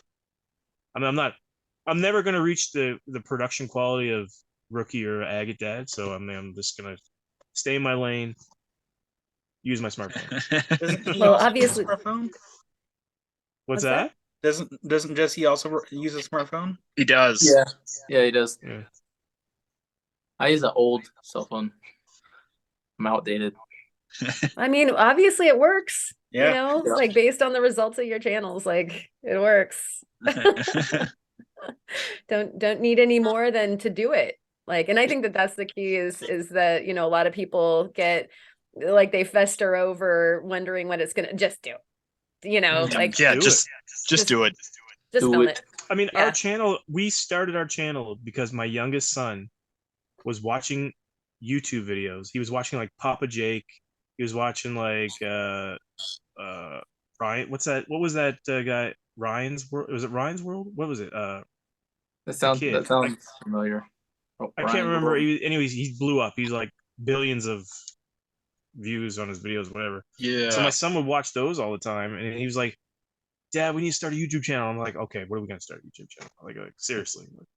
But and then one day we were out rock hounding, and it was like he asked me while we were rock hounding, and he's like, "Dad, we need to start a video. We need to do a video. Like we need to do like a YouTube channel." And I'm like, and it just dawned on me, like, why don't we just film right now? We'll just film ourselves looking at our rocks and stuff. And then I think we posted that video, and then we just kept doing it. And it's funny because they're the ones that pushed it. Like I wasn't gonna do it. They're the ones. Like they wanted to do the YouTube thing, and then when we started doing it, they didn't want to be in front of the camera. So I was like, wait. so I was like, they're just doing the stuff, and they would be like running off in the background, like running away from the. And then after like maybe 10 to 20 videos, they started, you know, they were like, "Oh my goodness, we're getting people actually watching this. All right, I want to be in the videos." So then they want to be in the videos. Like we'll give you the idea, but serious. we don't want any of the responsibility. Oh wait, hang on. Oh wait, what? Some old ladies want to take some picture of us on the beach? Okay, yeah, let's go. Oh, that's so great. Right on. And look at you now. That's fantastic. And I love how enthusiastic the boys are, and you know that he wanted to come and be on the podcast and everything. It's awesome to see the enthusiasm. Yeah. And so do you have a show and tell for us this evening? I could probably find something, I'm sure. Although like while you're doing that, it's like the Cab King has been looming over your head like an alien. I've been enjoying It's been that staring at me this whole time. Right? Have you noticed? I was waiting for someone to notice the Makers Challenge. I think wondering your head what that was. Was my head in the way? No. I was trying to make it so it was like. That is so awesome. I loved that. I love that thing. The thing about it though, I'll show you. I made it, and then we did. So I rushed to get the video out. I remember because this was actually my backup project. So I had another project that I was going to do, and it was going to be awesome. It's just I left it a little too late, and I didn't want to rush it. I want to do it right. So probably save that one for next year. But this was the backup, and I remember when I made it, I left it on the bench, and I didn't come back to it for a couple days. And if you leave meteorite out, it rusts. It oxidizes. So it started to rust. I'll show. I don't know if you can see it. Started to rust. You remember the crack, that little crack in it? I think that's interesting. So it started to rust in the crack because I ended up getting it. I put like some gun lotion on it, like that the stuff they put on the barrels of guns, but gun oil, I think it's what they call it. Lotion. But anyway, I put that all over the thing, and now it's like coated in it, but so it hasn't rusted since. But yeah, I was a little bummed about that. Adds character. Yeah. Now we know it's a real meteorite. It's a real meteorite, yeah. No, that's like that was a fascinating Makers Challenge. Like, let me take this opportunity since you're live here. Like, I loved that so much. Yeah. You know, you gave the history of that particular meteorite and everything. I mean, that was one of them that like I didn't want that one to end. You know, I could have just sat and watched meteorite stuff the whole time. So that piece that I cut there was I cut that one because it was I have two pieces of it. It was my lesser quality piece. I have a better piece here. I brought it here just to show. So that one's etched. That's So totally see it, cool. I'll send better pictures for Kyle to put up on the screen. But That is Yeah. crazy. Yeah, but it yeah, hurt that a little to Widman watch statin you pattern cut it. is really cool when you bring it out. Yeah. But it's super heavy and it's magnetic and it's cool stuff. You got to keep it sealed up though. It's hard to, you can't like put it on a shelf. That's the thing. Yeah. Unless maybe you like have a pressurized cube that Yeah, some people do that. I've seen you that. create. Yeah. People put it in a cube. I've seen that. Yeah. Yeah, that would So be the only hard other to not thing fondle. maybe I could show, I've got this. So I was really stoked about this. So I got this. So you guys know I love petrified wood. Kyle knows. Oh yeah. Like I got this collection going, and I'm trying to collect like full round pieces of all the major stuff around North America mostly.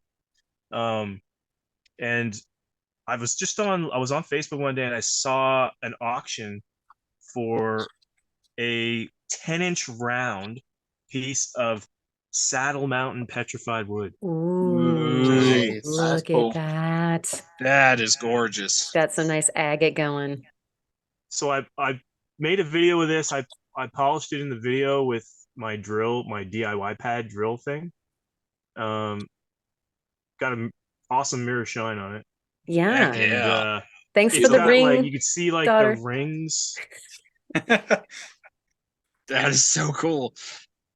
But it's like, if you watch Marlena's channel or anything, like she goes to Saddle Mountain, and I know Jared has too, but they don't find like pieces like that, right? It's picked over so bad. But like this was just something I saw, and it was like when I saw the price of it, I was like, that can't be right. and I messaged her and I said, I'll take that right now. And she's like, okay, yeah, it's yours. So like I got it for like $50. That's Hey. And it's like an inch thick, cut on both sides. I mean, it's just a beautiful piece. I was like, this is like, I hadn't been stoked a long time, and I was super stoked when I got that.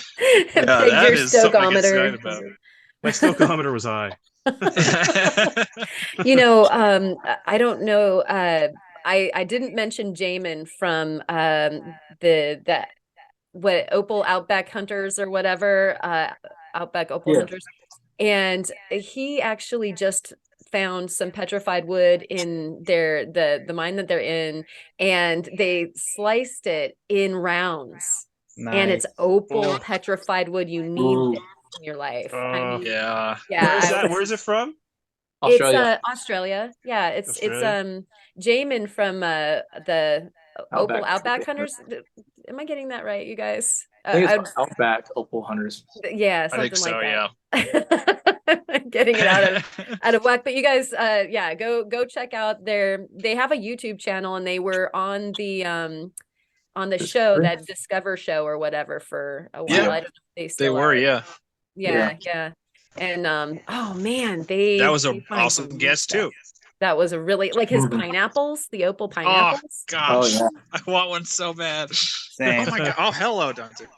Yeah, Jason, like an opal, like, heart round would be so amazing, don't you think? Would be. Yeah. That's a lovely show and tell. What else is in there? You got anything else for us? I'll show one more thing. You guys might not think this is that cool, but I mean, Dante. So I found this rock on the beach. I wasn't gonna pick it up, and it was on that beach where we did the 100 gemstones in 1 hour, but it looked like a raggedy piece of quartz. So this is what it looked like on this side. So it just looks like a raggedy, nothing special piece of quartz, right? But I cut it, and it ended up being this freaking amazing sagonite, white sagonite. Wow. Yeah. Okay.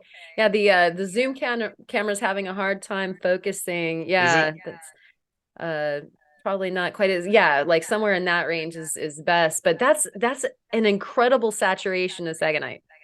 Yeah, I will pick for the magic of the internet and editing. We will put pictures on the screen. I will send them to Kyle right now. Power of editing. Yes, he's the Wizard of Ob. But yeah, that's gonna make a really nice pendant. So I'm gonna do that. But that I was like, that was one of those ones where I was like, I'll just pick it up, and then I was like, meh, I'll just cut it. And when I cut it, I was like, oh my god, like it was one of those moments, right? Like, The surprises So, are the yeah. best. yeah, It was an like ugly that duck kid in the egg. candy store, right? Yeah. Well, thank you. That's Yeah, I that's don't have any quite the claws or answer. anything I can show today. Next but time. Next time, maybe. Yeah, we have to have you back on before we have 80 more episodes. All right. Well, let's see. Kurt, have you got some show offs? Well, let's see. I can show the calcite that I was been working on as a sneak peek, since I'm not showing it on my channel right now. But this one is almost done, and I'll send Kyle a video. It's just has two wires on the back that I still need to tie off, but you can see I'm not sure if y'all can see the weaving, but this one has a really nice flash to it. I'm not sure if y'all can see that. Yep. Yeah, that's the one you sent a video of a while back, right? No, that was this one right here. The rainbow on that one is just crazy. Yeah, I'm not sure if I can catch it in this lighting. Yeah, you got it. Yeah, I can see it. So that's just so cool. That's saying something for that rainbow too, because the zoom camera is terrible. Yeah, Zoom completely murders rainbow, so that should tell you how bright it is. Yeah, it's still connected to my spool, but this is I'm working on the bell part on this one, but you can see the design work on there, and that will just fit right in there. So that makes my brain hurt. I'm so glad that you do that. I mean, it's so I have such respect for that. Speaking of, I need to talk to you about that after the podcast. Don't let me forget again. Okay.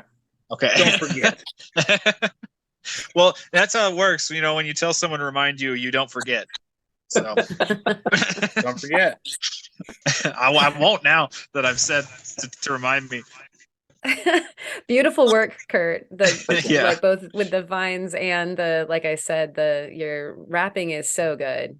Thank you. I'm making a video on that, but probably won't post for another couple weeks.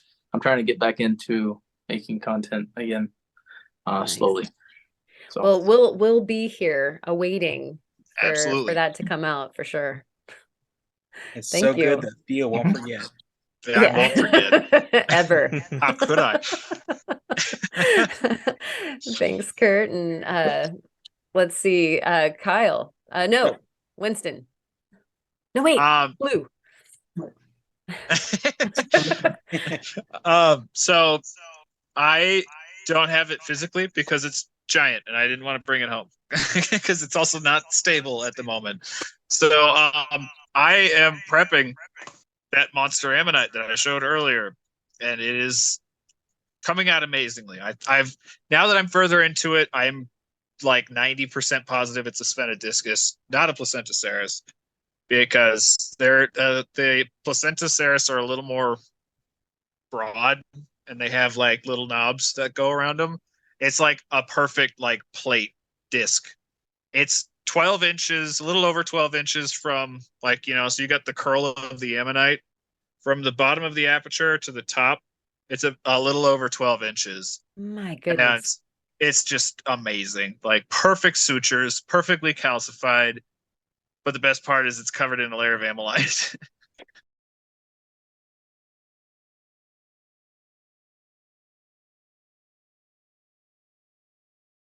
So my goal, if it's stable enough, if it's not stable enough, I'm just going to expose as much of the backside as I can. If it's stable enough, I want to extract it, and I'm going to polish all of the ammonite on one side, and I'm going to polish down to the sutures on the other side. So you'll have one half bright red and green ammonite, and then you flip it over, and you've got perfect bright yellow and brown sutures all the way around. And it's going to be amazing. Museum piece. Oh, it's so cool. problem with the ammonites when they get that big is they're never really like uniform. Like it'll be all broken up. So, and you've got your curl going this way, but then randomly it'll pop up like that. So polishing those is a process, and I'm afraid of how long it's going to take, but we're about a third of the way through exposing it. So that's awesome. Based on your chest set, you've got it. Yeah, I've done much more tedious things before. You've got this. Tedium is kind of my wheelhouse. Between the fossil prep, the chest set, the lathe, the fastening, it's like, I'm good with tedious. Yeah. The world's a better place for it. So that's one incredible ammonite, that's for sure. Yeah, just don't find any bigger ones, or else you know how much work that it'll. I actually have a bigger one, and I just don't want to. That one is about 3 feet across. Wow. Not like the other one is actually, the big monster that I'm working on right now is actually significantly smaller, and the other one, because it was so big, which is the nature with Montana weather, because we get deep freezes and then we get 115 degrees in the summer, so things freeze fracture pretty aggressively in Montana. So even though it was a perfect concretion when we found the really, really big one, it fractured through the concretion, which means when you get it out, it comes out in about 200 pieces. Yeah. I've got the bulk of it put back together perfectly, but now I'm down to the part where there's about 150 pieces that are like this big. And that is a very frustrating puzzle. I'll say that. It is slow going. And that's a lot of coffee, man. Maker Challenge 2024.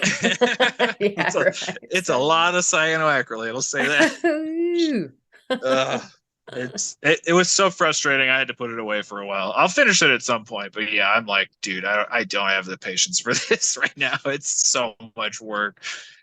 So I'm doing the smaller one. Maker Challenge. Or actually, retirement project. The place where I found both of those, actually, I will be going back there in a week or two. It's going to be going Saturday with a friend of mine, but it's probably going to be raining over there, and it's prairie, so you don't want to be out there when it's raining. Otherwise, you won't get out until it dries. So probably not this week, but next week I'm thinking we're going to get back over there, and I would be very, very happy if I found another good ammonite. Oh wow, there's some amazing stuff out there. Sweet. All right, well, thank you. That was quite the eyeful. Yeah, awesome. All right, and how about you, Kyle? Man, I already showed it earlier. I was gonna get one of the spheres out because I think I might keep it for myself after buying it. But my show and tell is literally behind me. I showed it earlier, but can't have see it again. One more time doesn't hurt.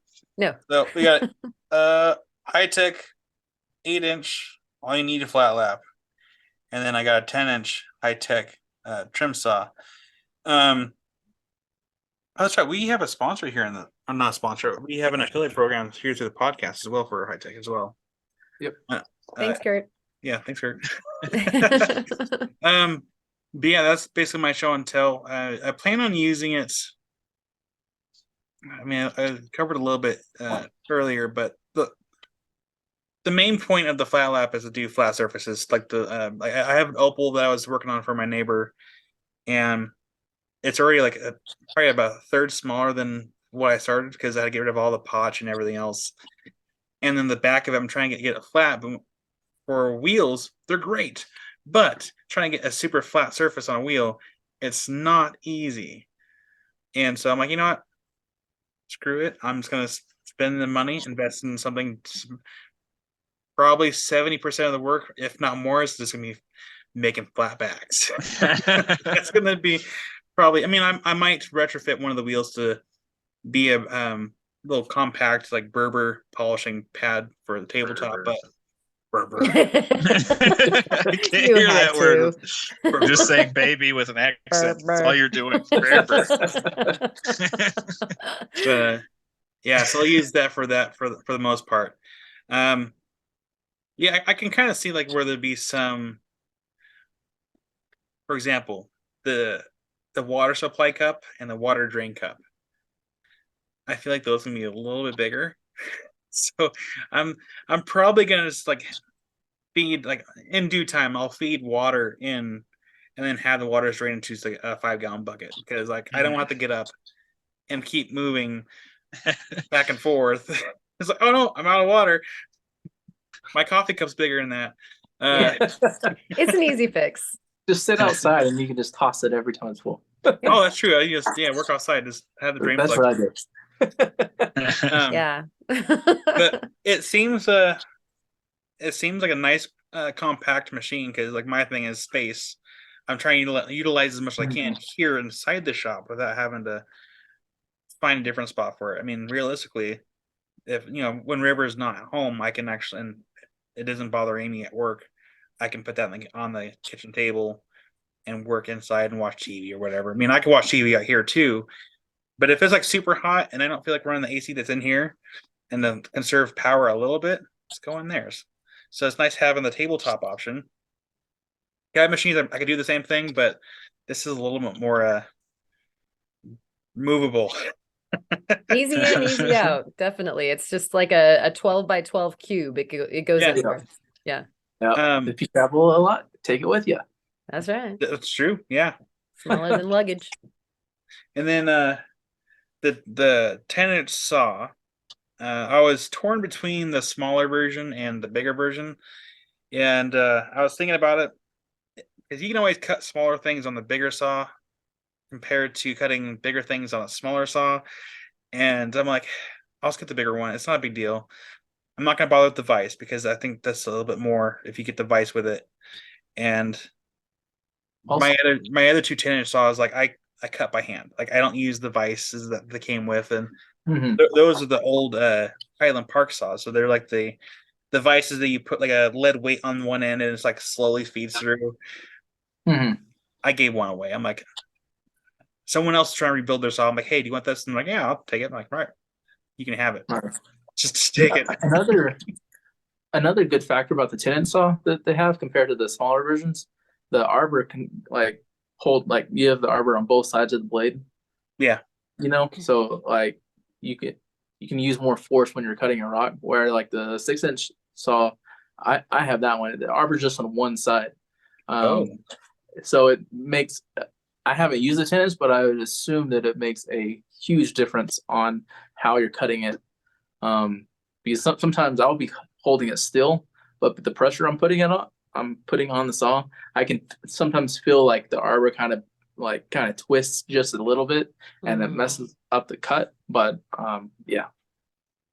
One thing I did notice about, because I put everything together. One thing I did notice, because there's a difference. I made a brief video. I might have to redo it a little bit.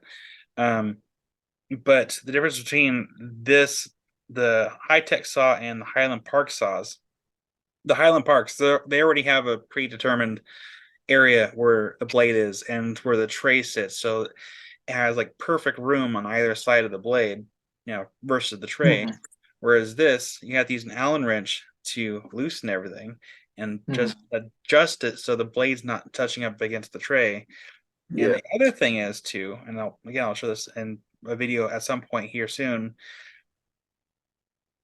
It's so finicky. It's so finicky. But the tray, it doesn't really lock in place. It just sits right on top of the reservoir. And it's great for easy cleaning. But you have to kind of make sure that blade is like perfectly in the middle of that predetermined slot, so it doesn't rub up against the plastic. And so if you're gonna be cutting a rock, you have to kind of be very mindful of like if you're gonna bump that tray with your hand or move it, because there is a very minuscule, and Jason might be able to also weigh on this maybe a little bit, but there's a little wiggle room when it can move a little bit from what I've noticed so far. So I wish I could probably, I'm sure probably tampering with the plastic might void the warranty. So it's like I could probably drill a couple screws in there to kind of keep. I haven't had any problems with mine. Like, Do you it have the seems 10-inch? yeah. Oh, I have the 10-inch as well, but I have the vise on mine as well. And I will say the vise on it, when the vise is on, the tray does move. It the tray's finicky when the vise is on, because it's hard to get when the vise is on and you put the tray on, the vise is kind of in the way, and it's hard to get it back in place. You could do it, but it's a little more difficult. And if you don't notice that it's out of place a bit and you start your saw, it does kind of catch onto the plastic. That's happened to me. So I've always make sure that when I wash it and I stick it back on, I make sure that, it's in the, yeah, you're right, Kyle. You have to look to make sure there's space on either side of that blade, because if it's not and you start it, it just gets to be it's like, ugh. But like, if the blade isn't touching the plastic, it's a very quiet machine. Oh, it's quiet, yeah. But I find the flat lap is super quiet too. Like when you're polishing, especially when you get to the polishing discs, it's super quiet. Oh yeah. But, yeah. Well, there's two things on that part. So like, whenever you're like, if you're polishing, if you're using like a lower grit disc and you're on the outer edge, it's a little bit louder. But as you go into where the arbor is, it gets quieter too. But for the most part, it is pretty quiet. Yeah, and another thing too, mentioning inner and outer, I found I had a tendency to keep my rocks in the same spot on my discs. So then I was like, well, let me go on the outside now. And those diamonds weren't as worn, and I was getting way more scratches. And I was like, let's go. I was like, oh man. So you should really utilize the entire surface of your disc. Just great advice there. And I guess the wheels too. And wash in between as you're like changing your discs out. Yeah. And that little screw that goes in the center, a lot of buildup will get on this. Will get stuck on that little knob. So make sure you wash that too to prevent cross contamination from other grits. Yeah. Good to know. Definitely. For sure. Don't need to mess up a good polish. Not only that, but you like your higher mesh pads, the contamination is a huge heartbreak. Like I definitely have ruined one. Like, and I am so clean, Karen. Like I always wash, and I still owe High Tech a hygiene video for the units, because they are made so nice as far as their modular makeup that you can clean them very easily. But yeah, it only takes one diamond in the wrong place, doing the tick tick tick across your finger, and yeah. So definitely starting from the get-go, keeping the shields and everything super clean. I mean, I had a conversation with somebody recently about faceting, and they were like, yeah, you even have to check your lamp. Think of everything that's hovering over your machine and make sure that diamonds aren't coming off of that thing, because there's aerosol diamond, like dust, all kinds of things going on. And so it's a thing. I mean, if you don't need a super glossy, Kyle polish, but Kyle needs a Kyle polish, so it's a thing. Yeah. Well, that was my show and tell. Awesome, Kyle. Karen, what do you got? Thank you. So as I alluded to earlier, when we did our Friday night live hangout in lieu of the podcast, I thought it might be fun to not only go through some of Lisa's opals that she sent me in a very generous Christmas gift box, but we also had a look at one that I had a chance to work already, and we were actually going through a few different gems and looking at them together to try to contemplate a piece of jewelry. And for me, as a jewelry maker, that's part of the fun. Like you start taking cabochons or whatever, and this goes with this, and oh wow, like amber goes really nice with this plume agate, or rhodochrosite looks nice with this blush Schiller Sunstone, and you start putting them together and finding harmonies. And so we were actually looking at this tiny little triangle of the white opal from Lisa, and then a sunstone, and then a boulder opal that I had from before. And one of the points I was making, some of the opal that we got had some healed fracturing. And as a lapidary, you have to decide how you're going to work with that. Do you get rid of all of the fractures? Do you put them at the perimeter so that hopefully bezels and things, or maybe it's like, you know, over to the side enough that it's not that big of a deal as long as it's healed, not going to take away from the piece? Or, you know, are you going to be a Puritan and just get rid of it all together? Well, then you might have a bunch of tiny little stones. And I wanted to illustrate, you know what? Tiny little stones can be super rad if you put them together. And so, you know, I have like basically what's amounting to almost a statement ring there with 3 stones that are under, you know, 7 millimeters put together. And so it's just fun. I just wanted to bring a show and tell of some of the work that I've been up to lately, and also just kind of some guidance. Like if it's teeny weeny, you don't necessarily have to chuck it. Just find some friends to go along with it. Yeah, that's my show and tell. Well, thank you for your show and tell. Yeah, you guys beat the job on it. Thank you so much. Yeah, it's always, it's kind of like that Christmas thing that Jason was talking about earlier, when you have a chance to take something rough and then all the way through, and with the sunstones, even finding it, and then take it all the way through to that finished thing. And then you're just like, wow, you know, it's this wearable thing. Like, you know, you're doing, Kurt, with your wraps and everything. It's just super satisfying. I find it amazing that jewelry makers, I find jewelry makers amazing. Like just the artistry and the precision and the, like, it's just, I could never imagine myself doing something like that. And it's, I commend you, Karen. That's like, it's a really awesome skill to have. And yeah, that's a beautiful ring. Thank you so much. It sounds like you are actually getting into it though, sir. Yeah, but I'm not gonna amount to the heights that you're at. Don't worry about that.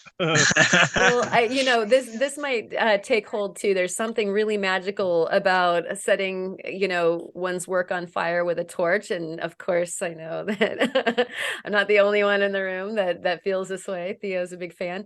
But and then you have the things that don't work out. And actually, one of the things that I love about both rock hounding and lapidary and jewelry making is troubleshooting. It fits my head. I love, like, oh, I just melted down that bezel. Now, how do I make lemonade out of this? You know, I gotta save it, you know, having your Captain Kirk moments where you have to take the roll and like,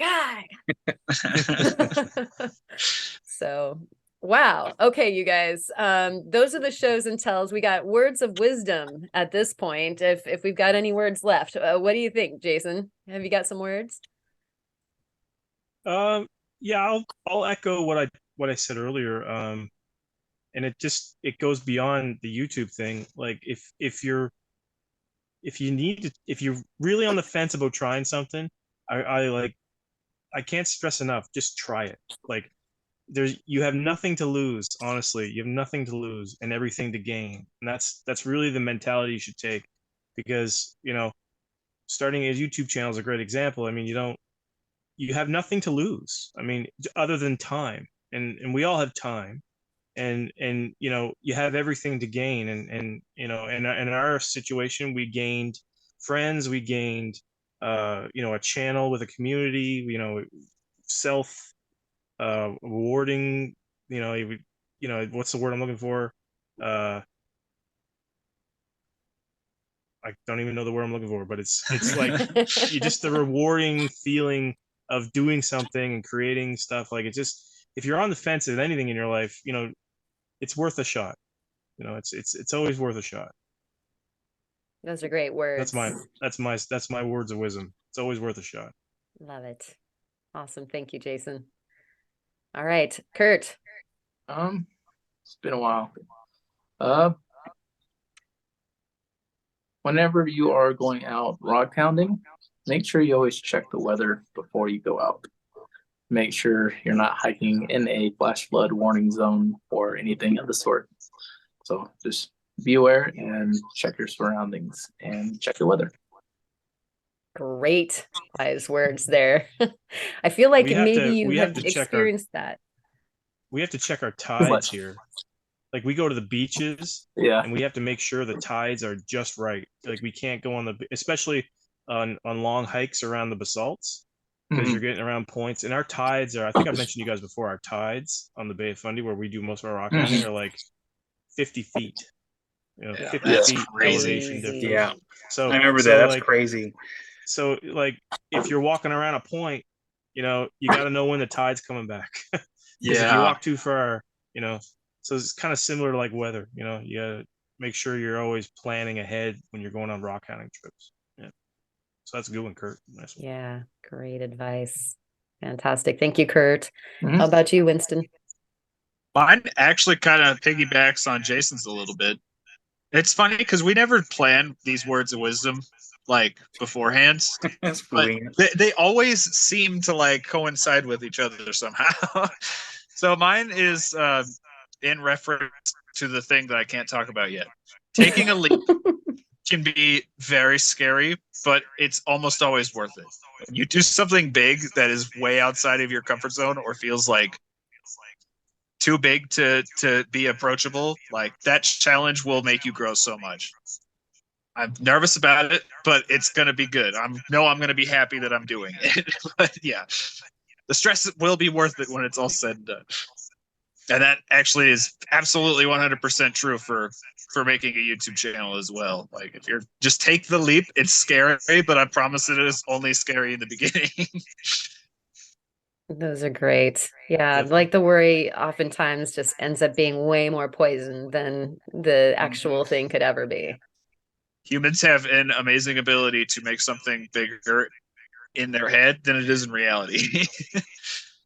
Very especially true. If you're like me, or a person with anxiety, your brain is created in a way where it builds every potential bad thing into a much bigger thing than it is in reality. So just do it. Listen to your I was gonna say, just listen to your shoulder, Shania. Awesome. Thank you, Theo. So true. How about you, Kyle?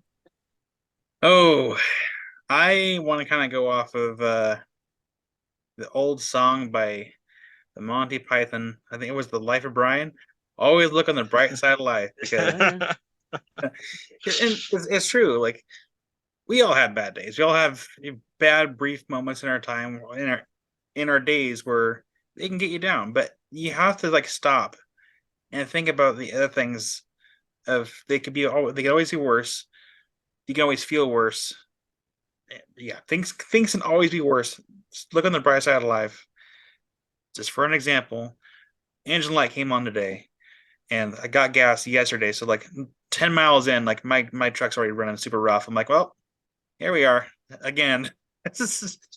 And I'm like, it's probably one of a few things. It's probably just, cost a couple $100 to fix. It's not a big deal. And I'm thinking to myself, I don't have the kind of funds to just go out there and get a newer car. Like I'm very frugal. If I can fix something, I'd rather have it fixed rather than spend like what's the cost of a car nowadays? Like what, $15,000-$20,000 for like lower end for something? Yeah, I was gonna say that's a low ball estimate. Yeah, in Montana anyway. But I was thinking about it's like if my truck at some point, because it will die. All vehicles are not really meant to last forever, and it already has I think 250,000 miles on it. No, that's not right. It's like I think it's like somewhere 225, somewhere in there. I remember that because like at one point it was all 222s. Not that long ago, so I remember that. But I was thinking about it's like worst case scenario. I'm still working for myself. Everything I need to do is here in the shop. Post office is not even half a mile away because I have to go to the post office and drop things off so they get shipped out to all the customers. So worst case scenario, my truck dies. Oh well, I'm already here at home. I'm at work. Post office, super close. Yeah, I don't have the means to really go very far, but we're also very close to all the shopping. So I'm like, okay, worst case, it dies. Best case, I have everything in my means to do whatever. Worst case scenario, you just got to get a wheelbarrow. I mean, I was thinking about that. I have my gorilla cart, and I'm like, I could use that. I'm like, I have there's probably 300 pounds in rock in there right now, because I was gonna make some more mystery rough rock boxes, and I just dumped it all in that cart. I'm like, okay, I'll sort through this later. I'll make some more boxes later. I never got to it. That thing is, I think, been sitting full since December. So the sides are bulging out a little bit. The tires are fine because they are the never flat, so they'll never go flat. But that poor cart, it's been through everything, and You need a rock walker. You do need a rock walker. Oh, yeah. There you go. You need to sell the schematics for it, and maybe he could upsize. No, those are patented. I need a boulder walker. I don't need a rock. I need a boulder walker. There you go. Only All right. 5 easy payments of $59.99 Yeah. every week. Just get your truck fixed, man. Man, that's the boulder walker would be cheaper than the rock walker. Oh, yeah, I think the rock walker was 17 easy payments of $299.99. Oh, then it was like $5,000. Yeah, it was a great deal. When I did the math. It's so great deal. So the boulder would have to be what is it? 6,000? 1 million? 7,000? Dude, it's got to be at least double. We got to be pushing at least 10 grand with a boulder walker. Nice. What about an extended warranty? That's extra. Yeah, you gotta pay. Yeah. Anyways, that was my words of wisdom. Always look on the bright side of life. Love it. Thank you, Kyle. And I think mine, we've been just talking about this whole time. And that's the value of friends. Let your friends know how much you appreciate them. So all you guys, I can't believe that, we can do 100 episodes and there's never a snag or friction or anything. We're always just trading messages and smiling and tee. And so how amazing. That's a testament right there. I don't think we've had an argument in the 2 years we've been doing this. Also, viewers at home, we missed the 2-year anniversary. Yep. Sorry about that. Sorry. So we went long tonight. Yeah. We're just doubling down. But I mean, and Jason, you and Jesse and Morny and Yarrick and, everybody that we've had on the podcast, new friends, and then the people that are watching, like Ken and Lisa and Jackie and Greg, and the list goes on. Those guys, not only have they become friends and they're incredibly generous with us, but they're also really generous with each other. During the hurricane, and everybody's jumping to Ken's, let's help him out. And I love watching them, Kyle, on your live sales when they are, have a gift war going. Everybody's, I'll buy that. I'll claim that, but send it to Lisa. Okay, send it to Ken. I'm like, okay, there we go. They won the bid, but now I'm giving it to, and so I think have people that give stuff even after the lives, or they'll send me a anonymous email. It's hey, I want to gift this or do a credit for so and so, but just don't say who it's from. Just keep it anonymous. Oh, well, I can do that. It's not a big deal. There is so much love and sharing in this community. It's hard to really show it all the time, but it's there. And I don't see that kind of stuff on Facebook very much, and definitely not on TikTok.